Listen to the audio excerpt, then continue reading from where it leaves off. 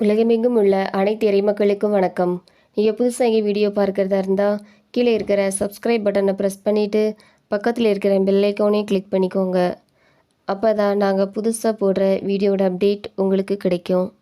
வாங்க இப்போ வீடியோக்குள்ளே போகலாம். பொதுக்காலம் 13ஆம் ஞாயிறு 28/6/2026. திருப்பலி முன்னுரை. இறையேசுவில் இனியவர்களே, இன்று தாய் திரு அவையானது பொதுக்காலம் 13ஆம் ஞாயிறை சிறப்பித்து கொண்டிருக்கிறது. இன்றைய நாள் வாசகங்கள் பிறரன்பு பணியாற்ற நம்மை அழைக்கின்றது. அழைத்த கடவுள் அளப்பரிய ஆற்றலையும் அருளையும் நம்மில் பொழிகின்றார். துன்பங்களை தூக்கி சுமக்கும் அழைப்பு இறை அழைப்பு. சுமக்காத வாழ்வில் சுகம் இருக்காது. நேர்மை, உண்மை, பகிர்தல், மன்னித்தல் போன்ற குணநலன்களை கொண்டிருப்பவரே இயேசுவின் சீடர்களாய் வாழ தகுதியுடையவர். இன்றைய முதல் வாசகத்தில் இறைவாக்கினர் எலிசாவுக்கு உதவி செய்த சூனே நகர் பெண்ணுக்கு அடுத்த ஆண்டு ஆண் குழந்தை பிறக்கும் என்று எலிசா ஆசி வழங்குகின்றார். என் சீடன் என்பதால் ஒரு கிண்ணம் குளிர்ந்த நீர் கொடுப்பவனும் கைமாறு பெறாமல் போகார் என்றும், சிலுவைகள் இன்றி சீடத்துவ வாழ்வு சிறப்பு பெறுவதில்லை என்றும் இயேசு கூறுகின்றார். தன் உயிரை காக்க விரும்புவோர் அதை இழந்து விடுவர், தம் உயிரை இழப்பவரோ அதை காத்து கொள்வர் என்று தன்னலம் துறந்து வாழ இயேசு அழைக்கின்றார். நம் பங்கு பணியாளர்களுடன் இணைந்து பயணிப்போம், அவர்களுக்கு உதவுவோம், அவர்களுக்காக ஜெபிப்போம், இறையாசீர் பெறுவோம். முதல் வாசகம் அரசர்கள் 2ஆம் நூலிலிருந்து வாசகம். அதிகாரம் 4, இறைவார்த்தைகள் 8 முதல் 11, மேலும் 14 முதல் 16 முடிய. முதல் வாசக முன்னுரை. இறைவாக்கினர் எலிசா சூனே நகர் செல்லும் பொழுதெல்லாம் அவருக்கு உணவும் தங்கும் இடமும் ஒரு பெண் கொடுத்து வந்தார். எனவே அப்பெண்ணுக்கு உதவி செய்ய வேண்டும் என்று எலிசா விரும்பினார். அப்பெண்ணுக்கு குழந்தை இல்லை என்பதை அறிந்த எலிசா அந்த பெண்ணுக்கு அடுத்த ஆண்டு ஓர் ஆண் குழந்தை பிறந்திருக்கும் என்று ஆசி வழங்கினார். இறையடியார்களுக்கு செய்யும் உதவிகளுக்கு கடவுளின் கைமாறு மிகுதியாகும் என்று கூறும் அரசர்கள் 2ஆம் நூலின் வாசகத்தை கேட்போம். 2ஆம் வாசகம். திருத்தூதர் பவுல் ரோமியருக்கு எழுதிய திருமுகத்திலிருந்து வாசகம். அதிகாரம் 6, இறைவார்த்தைகள் 3 முதல் 4, மேலும் 8 முதல் 11 முடிய. 2ஆம் வாசக முன்னுரை. நம் பாவங்களை போக்க இறந்த இயேசுவை கடவுள் மாட்சியுடன் உயிர்த்தெழ செய்தார். திருமுழுக்கின் வழியாக இயேசுவோடு இணைக்கப்பட்டுள்ள நாம் அவரோடு வாழ்ந்து கொண்டிருக்கிறோம். நாம் பாவ வாழ்வு வாழும்போது இறந்தவர்களாகவே இருக்கின்றோம்.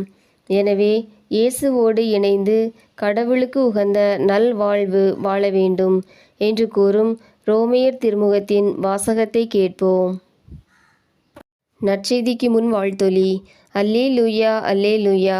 நீங்கள் தேர்ந்தெடுக்கப்பட்ட வழிமரபினர், அரச குருக்களின் கூட்டத்தினர், உங்களை இருளில் நின்று தமது வியத்தகு ஒளிக்கு அழைத்துள்ளவரின் மேன்மைமிக்க செயல்களை அறிவிப்பது உங்கள் பணி.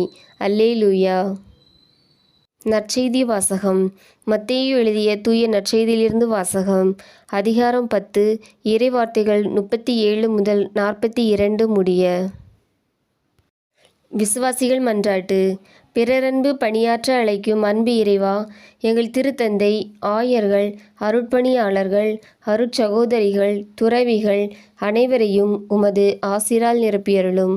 அவர்கள் இறைமக்களின் நல் ஆயர்களாகவும் நல் வழிகாட்டிகளாகவும் விளங்கிட தேவையான அருளையும் ஆற்றலையும் வழங்கிட வேண்டுமென்றும் இறையழைத்தல் பெருக வேண்டும் என்றும் இறைவா உம்மை மன்றாடுகிறோம். ஆட்சியாளர்களையும் வழிநடத்தும் அன்பு இறைவா, எம் நாட்டின் ஆட்சியாளர்கள், அதிகாரிகள் மக்கள் நலன் காக்கும் நல்ல தலைவர்களாய் விளங்கிட வேண்டுமென்றும் நலமான செயல் திட்டங்களால் நாட்டை வளர்ச்சியின் பாதையில் கொண்டு செல்ல வேண்டுமென்றும் ஏற்றத்தாழ்வுகள் இல்லாத சமுதாயத்தை உருவாக்க வேண்டுமென்றும் இறைவா உம்மை மன்றாடுகிறோம்.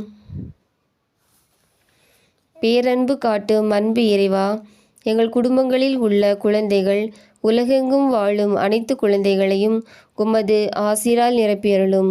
அவர்களுக்கு நற்சுகமும் நல்ல பாதுகாப்பும் நல்ல பராமரிப்பும் நற்கல்வியும் கிடைத்திட வேண்டுமென்றும் நல்ல எதிர்கால வாழ்வை தந்திட வேண்டுமென்றும் இறைவா உம்மை மன்றாடுகிறோம்.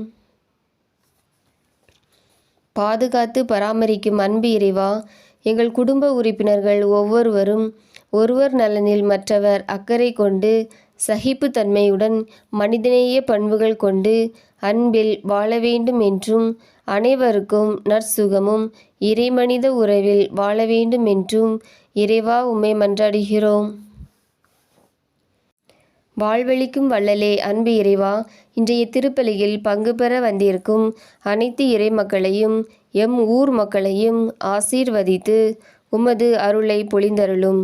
நாங்கள் துன்பங்கள் தோல்விகள் கண்டு மனம் தளர்ந்து போகாமல் கடவுளில் நம்பிக்கை கொண்டு கடவுளின் கைமாறை மிகுதியாக பெற வேண்டும் என்று இறைவா உம்மை மன்றாடுகிறோம்.